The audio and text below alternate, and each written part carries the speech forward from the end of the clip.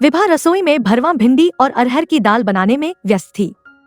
भिंडी उसके बेटे तपन को बेहद पसंद थी और दाल की दीवानी उसकी बहू सुषमा थी।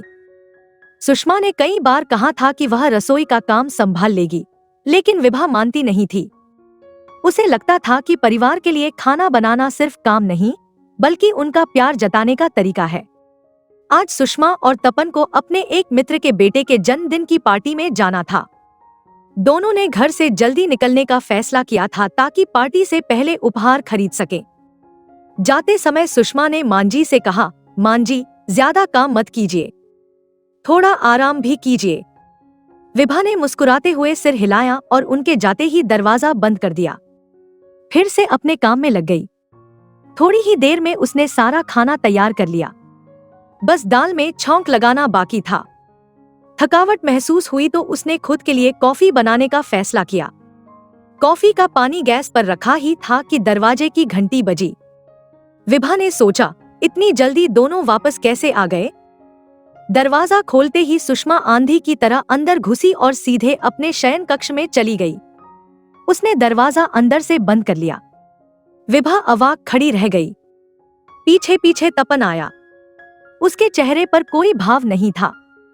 उसकी धीमी चाल और झुकी नजरें देखकर विभा का दिल डूबने लगा। पिछले महीने ही विभा ने इस घर में कदम रखा था। इस थोड़े से समय में ही उसने महसूस किया था कि बेटे और बहू के बीच कुछ ठीक नहीं चल रहा है। हालांकि उसने कभी सीधे तौर पर दखल नहीं दिया। जमाने की बदली हवा वह बहुत देख चुकी थी, लेकिन आज उसे कुछ अलग लग रहा था। वह धीरे धीरे सोफे पर बैठे तपन के पास आई। वह सिगरेट जलाकर एक लंबा कश खींच रहा था। क्या बात है बेटा, सब ठीक है? विभा ने नरम स्वर में पूछा। तपन ने मां की ओर देखा। उसकी आंखों में थकान और उलझन थी। उसने कहा, कुछ नहीं मां, बस थोड़ा मूड खराब है। विभा समझ गई कि बात कुछ और है, लेकिन उसने ज्यादा जोर नहीं दिया। वह रसोई में चली गई और खाने की तैयारी पूरी करने लगी। उसने सोचा, खाना खिलाकर बेटे से बात करूंगी। खाली पेट से परेशानियां और भारी लगती हैं। थोड़ी देर बाद विभा ने तपन के लिए खाना परोसा। भिंडी और दाल की खुशबू से घर महक रहा था, लेकिन तपन खाने में मन नहीं लगा पा रहा था। तू खा ले बेटा, थोड़ा पेट भरेगा तो शायद मन हल्का लगे, विभा ने प्यार से कहा। कुछ कौर खाने के बाद तपन ने गहरी सांस ली और कहा, माँ, मुझे नहीं लगता कि मैं सुषमा को खुश रख पा रहा हूँ। हर बात पर बहस हो जाती है। विभा ने ध्यान से उसकी बात सुनी। उसने पूछा, आज क्या हुआ? हम गिफ्ट खरीदने गए थे। मैंने एक खिलौना चुना, लेकिन सुषमा को पसंद नहीं आया। उसने कहा कि मैं कभी उसकी पसंद का ख्याल नहीं रखता। गुस्से में मैंने कह दिया कि वह हर बात को जरूरत से ज्यादा खींचती है। इसके बाद वह चुप हो गई और गाड़ी में बैठ गई। विभा ने उसके कंधे पर हाथ रखा। बेटा, सुषमा को समझने की कोशिश कर। कभी कभी छोटी बातें बड़े रिश्ते को कमजोर कर देती हैं। तपन ने सिर झुका लिया। वह जानता था कि माँ सही कह रही है। विभा ने सुषमा के कमरे का दरवाजा खटखटाया। सुषमा, बेटा, दरवाजा खोलो। कुछ देर बाद दरवाजा खुला। सुषमा की आंखें सूजी हुई थी। वह रो रही थी। विभा ने उसे गले से लगा लिया। क्या हुआ बेटा, तुम दोनों की लड़ाई इतनी बढ़ क्यों जाती है? सुषमा फूट फूट कर रो पड़ी। मांझी, तपन मुझे समझते ही नहीं।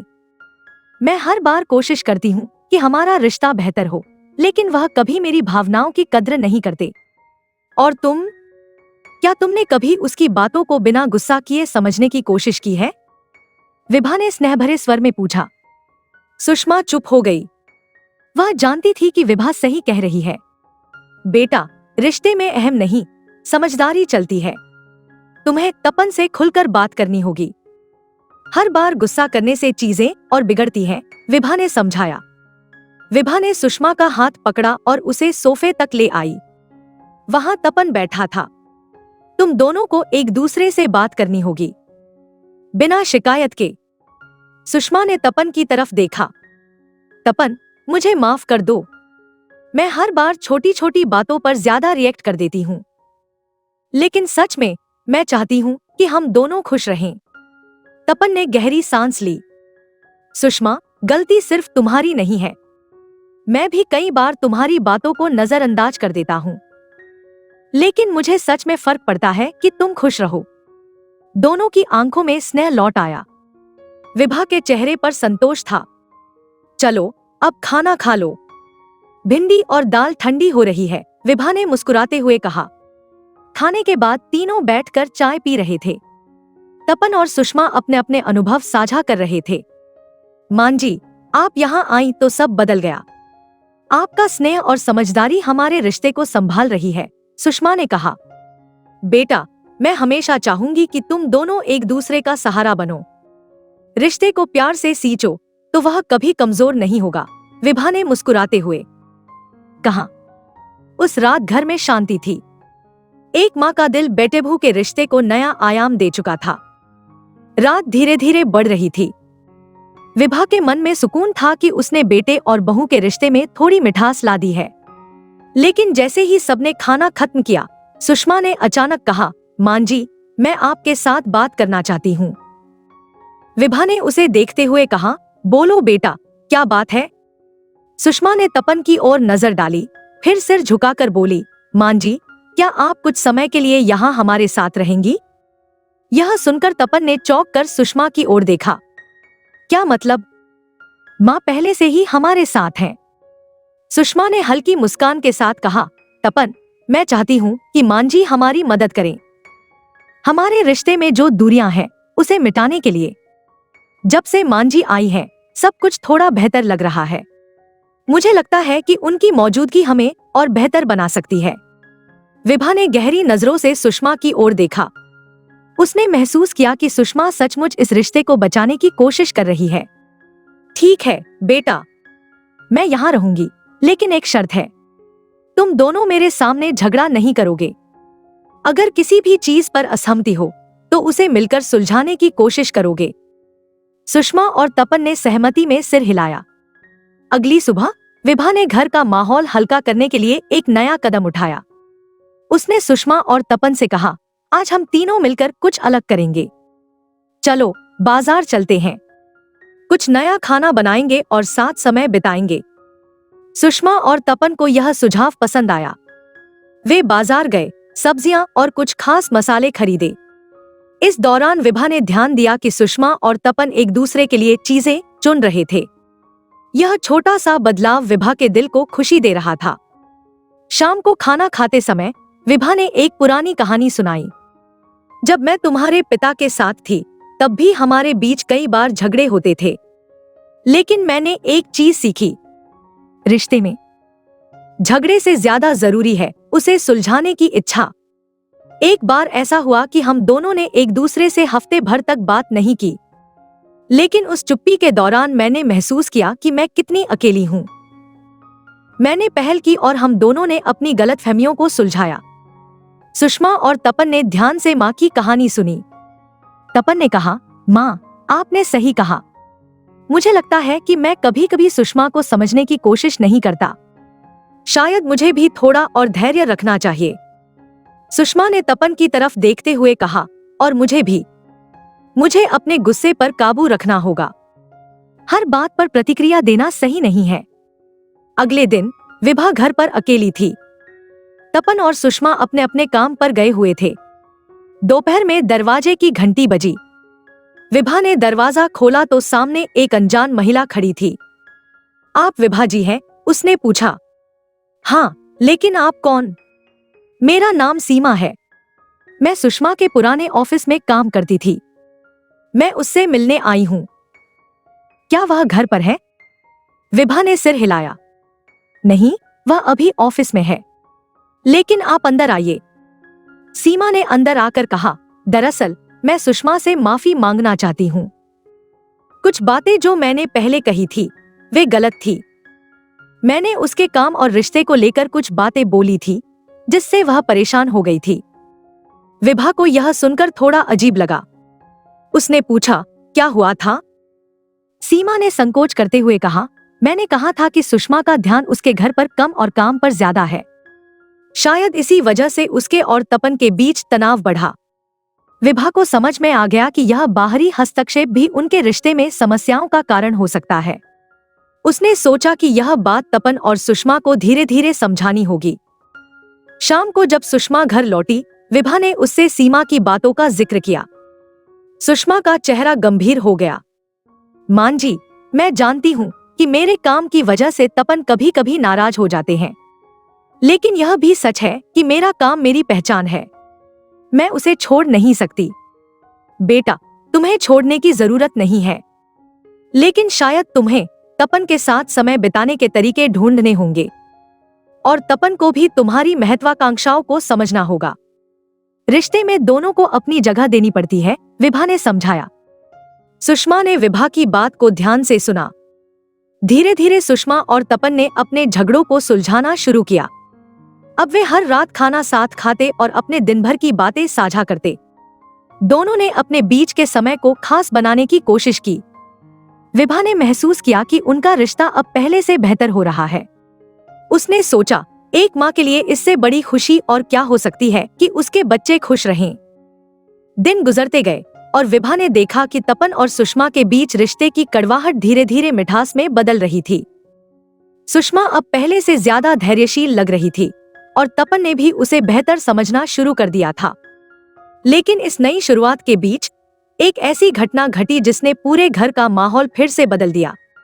एक सुबह जब विभा चाय बना रही थी, दरवाजे की घंटी बजी।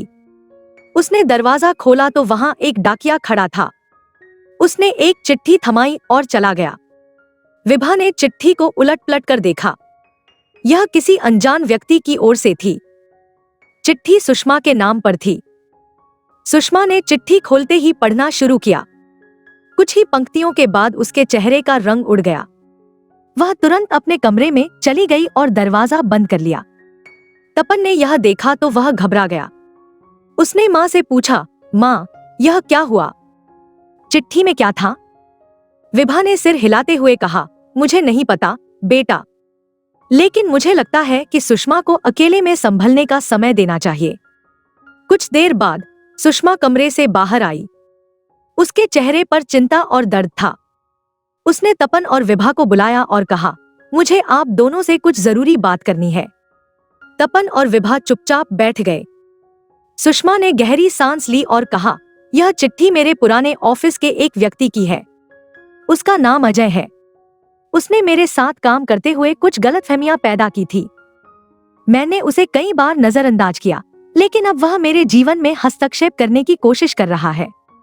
उसने चिट्ठी में लिखा है कि वह तपन को मेरे बारे में कुछ झूठी बातें बताएगा। तपन यह सुनकर सख्त हो गया। कौन है यह अजय? वह ऐसा क्यों कर रहा है? सुषमा ने कहा, वह मेरे प्रति कुछ गलत भावनाएं रखता था। मैंने उसकी हरकतों को नजरअंदाज किया, लेकिन अब लगता है कि वह अपनी हदें पार कर रहा है। विभा ने सुषमा का हाथ पकड़ा। बेटा, सच और झूठ की परख रखने वाले हम हैं। तुम्हें घबराने की जरूरत नहीं है। हमें मिलकर इस समस्या का समाधान करना होगा। तपन ने तुरंत निर्णय लिया कि वह अजय से खुद बात करेगा। उसने सुषमा से पूछा, क्या उसके पास तुम्हारे खिलाफ कोई सबूत है? सुषमा ने दृढ़ता से कहा, नहीं, वह केवल मुझे डराने की कोशिश कर रहा है, लेकिन मैं इस बार झुकूंगी नहीं। तपन ने सुषमा का समर्थन किया और अगले ही दिन अजय से मिलने का फैसला किया। अगले दिन तपन और सुषमा ने अजय को एक कॉफी शॉप में बुलाया। विभा ने दोनों को सिखाया था कि बातचीत में गुस्से की बजाय धैर्य रखना जरूरी है। अजय ने तपन को देखकर कहा, तुम्हें नहीं पता सुषमा ने तुम्हारे पीछे क्या क्या किया है। तपन ने शांत स्वर में जवाब दिया, अगर तुम्हारे पास कोई सबूत है तो सामने लाओ, वरना हमारे जीवन से दूर रहो। अजय ने थोड़ी देर चुप्पी साधे रखी, फिर कहा, मेरे पास कुछ नहीं है, लेकिन मैं उसे परेशान जरूर कर सकता हूँ। सुषमा ने पहली बार साहस दिखाते हुए कहा, अजय, यह मेरी आखिरी चेतावनी है। अगर तुमने फिर से मेरे जीवन में हस्तक्षेप करने की कोशिश की तो मैं कानून का सहारा लूंगी। अजय ने कोई जवाब नहीं दिया और वहां से चला गया। जब वे घर लौटे तो विभा ने दरवाजा खोला। उसने दोनों को देखकर पूछा, सब ठीक है? तपन ने मुस्कुराते हुए कहा, हाँ माँ, अब सब ठीक है। विभा ने देखा कि सुषमा के चेहरे पर आत्मविश्वास था और तपन ने पहली बार उसकी ताकत को सराहा था। उस रात विभा ने एक बात कही जिसने सब कुछ बदल दिया। बेटा, रिश्ते सिर्फ प्यार पर नहीं बल्कि भरोसे और समझदारी पर टिके रहते हैं।